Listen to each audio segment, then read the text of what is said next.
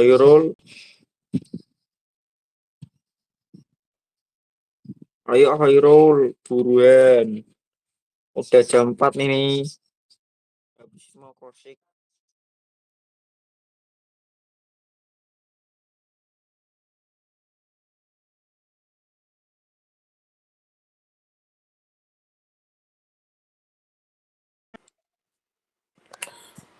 Assalamualaikum warahmatullahi wabarakatuh.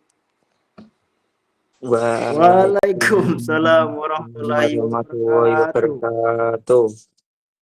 Selamat pagi Bapak, selamat pagi rekan-rekan. Kami dari kelompok yang beranggotakan yang pertama, saya sendiri M. Andika Setiawan dengan NRP 25020938. Dan saya sendiri Muhammad Dwi Mandala Putra, NRP 25020942. Dan saya sendiri Muhammad Khairul, NRP 25020943. Serta saya Muhammad Eka Satria Dewangga, NRP 25020946. Pada kesempatan kali ini, kami akan mempresentasikan mini project mata kuliah Network Design Logistik dengan studi kasus PT Minas Segar Nusantara yang bergerak di bidang produksi frozen seafood. Dalam presentasi kali ini, kami akan membahas bagaimana merancang jaringan distribusi yang paling efisien untuk memenuhi kebutuhan pasar Asia Tenggara. Yang pertama adalah latar belakang.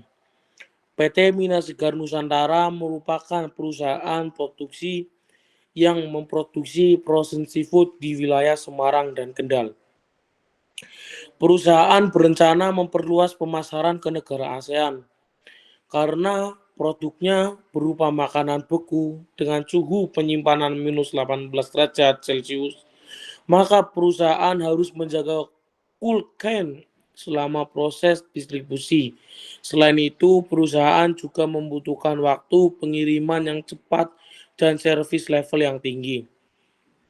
Oleh karena itu, tujuan dari proyek ini adalah menentukan jaringan distribusi yang mampu meminimalkan biaya sekaligus tetap memenuhi target pelayanan kepada pelanggan. Yang selanjutnya adalah analis permintaan pasar.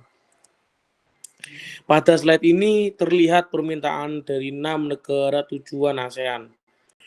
Permintaan terbesar berasal dari Singapura sebesar 120 ton per bulan.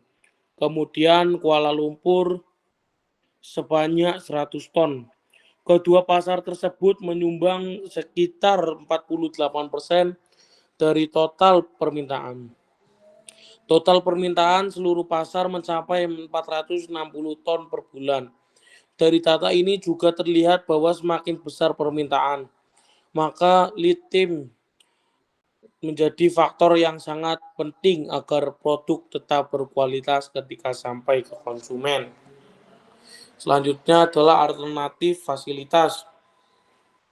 Perusahaan memiliki 3 alternatif distribution center, yaitu Semarang, Jakarta, dan Surabaya. Selain itu, terdapat 3 pelabuhan ekspor, yaitu Tanjung Mas, Tanjung Priuk, dan Tanjung Perak. Masing-masing memiliki kapasitas yang berbeda, sehingga perlu dipilih kombinasi yang paling efisien untuk permintaan pasar. Selanjutnya adalah alternatif jaringan distribusi. Terdapat 5 alternatif jaringan distribusi yang dibandingkan. Alternatif A merupakan pengiriman langsung ke pelabuhan.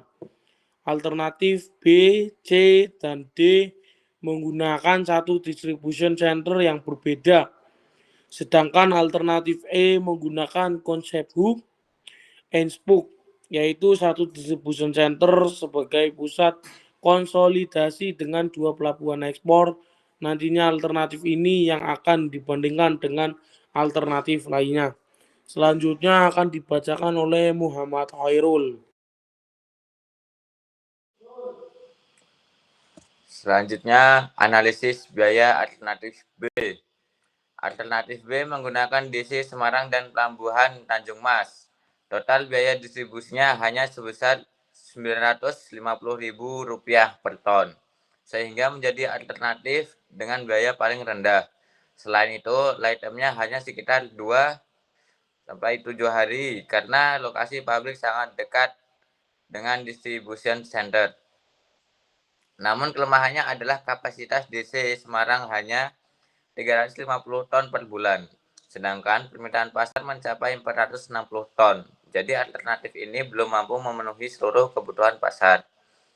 Selanjutnya, analisis biaya alternatif C. Alternatif C menggunakan DC Jakarta dan Pelabuhan Tanjung Priok. Kelebihannya adalah kapasitas sebesar 500 ton, sehingga mampu memenuhi seluruh permintaan. Akan tetapi, distribusinya mencapai Rp1.630.000 per ton, atau sekitar 71% lebih mahal dibandingkan alternatif B. Hal ini disebabkan jarak pengiriman dari pabrik menuju Jakarta cukup jauh.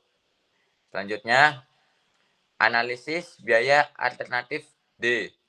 Alternatif D menggunakan DC Surabaya dan Pelabuhan Tanjung Perak. Total biaya distribusinya sebesar Rp1.460.000 per ton. Biaya ini lebih rendah dibanding Jakarta, tetapi masih lebih tinggi dibanding Semarang. Kapasitasnya sebesar 450 ton, sehingga hampir memenuhi total permintaan 460 ton. Artinya masih terdapat kekurangan sekitar 10 ton apabila permintaan meningkat. Selanjutnya, analisis light time. Analisis ini light time terlihat bahwa alternatif B merupakan yang tercepat, yaitu 2,7 hari. Alternatif D membutuhkan waktu sekitar 3 hingga 2 hari, sedangkan alternatif C memerlukan 3 hingga 5 hari. Walaupun alternatif B paling cepat, keterbatasan kapasitas membuatnya kurang layak jika digunakan untuk melayani seluruh pasar ASEAN. Selanjutnya akan dibacakan rekan saya, Iman. Selanjutnya, analisis kapasitas. Jika dilihat dari DC, Semarang tidak mampu memenuhi total permintaan. DC Jakarta mampu memenuhi permintaan dengan kapasitas 500 ton, sedangkan DC Surabaya hampir memenuhi kebutuhan dengan kapasitas 450 ton. Oleh karena itu, perlu dipertimbangkan strategi jaringan distribusi yang lebih fleksibel. Selanjutnya, desain jaringan terpilih. Berdasarkan seluruh analisis, dipilih desain hub and spoke. Pada sistem ini, DC Surabaya menjadi pusat konsolidasi barang. Selanjutnya, distribusi dibagi melalui 2 pelabuhan utama, yaitu Tanjung Priok dan Tanjung Perak menuju negara tujuan di Asia Tenggara. Strategi ini membuat distribusi lebih fleksibel dan mengurangi risiko apabila terjadi gangguan di salah satu pelabuhan. Selanjutnya, pembagian pasar.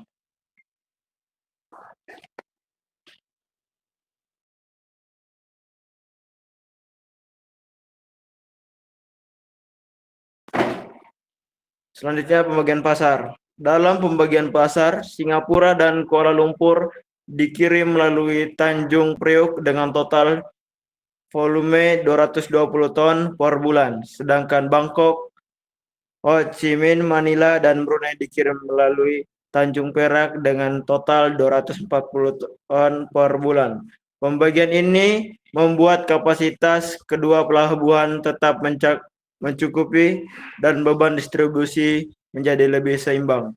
Selanjutnya, analisis service level. Hasil analisis menunjukkan bahwa seluruh negara tujuan mampu memenuhi target service level yang telah ditetapkan. Selain itu, lead time pengiriman masih berada dalam batas yang dapat diterima. Hal ini menunjukkan bahwa sistem hub and spoke mampu menjaga kualitas cold chain sekaligus memberikan pelayanan yang baik kepada pelanggan. Selanjutnya akan dibacakan oleh rekan saya, Muhammad Eka Satria Dewangga. Selanjutnya yaitu analisis trade-off. Pada tabel ini dapat dilihat perbandingan seluruh alternatif. Alternatif B unggul pada biaya, tetapi kapasitasnya kurang. Alternatif C memiliki kapasitas yang besar, namun biaya paling tinggi. Sedangkan alternatif D berada di tengah-tengahnya. Sedangkan Hub and Smoke memberikan keseimbangan terbaik antara biaya, kapasitas, service level, resiko, dan fleksibilitas, sehingga menjadi pilihan yang paling optimal. Selanjutnya, rekomendasi. Rekomendasi kami adalah menggunakan sistem Hub and Smoke dengan DC Surabaya sebagai pusat distribusi. Pengiriman dilakukan melalui 2 pelabuhan, yaitu Tanjung Priok dan Tanjung Perak. Tragedi ini mampu memenuhi keseluruhan permintaan pasar, menjaga cold chain, mengurangi resiko distribusi, serta memberikan fleksibilitas apabila perusahaan ingin melakukan ekspansi ke pasar ASEAN. Selanjutnya, kesimpulan. Sebagai kesimpulan, total permintaan pasar ASEAN adalah 460 ton per bulan. Jaringan single port ini keterlibatan baik dari sisi kapasitas maupun risiko operasional. Oleh karena itu, konsep Hub and Smoke menjadi solusi terbaik karena mampu memberikan keseimbangan antara biaya distribusi, kapasitas, service level, dan serta kendala cold chain. Dengan demikian, desain jaringan ini dinilai paling tepat untuk mendukung ekspansi PT Minas Segar Nusantara ke pasar Asia Tenggara. Yang terakhir, demikian presentasi dari kelompok kami. Terima kasih atas perhatiannya Bapak dan rekan-rekan saya semua. Apabila ada tutur kata atau perkataan yang kurang berkenan, kami selaku kelompok 6 mengucapkan minta maaf sebesar-besarnya. Wassalamualaikum warahmatullahi wabarakatuh. Waalaikumsalam warahmatullahi wabarakatuh.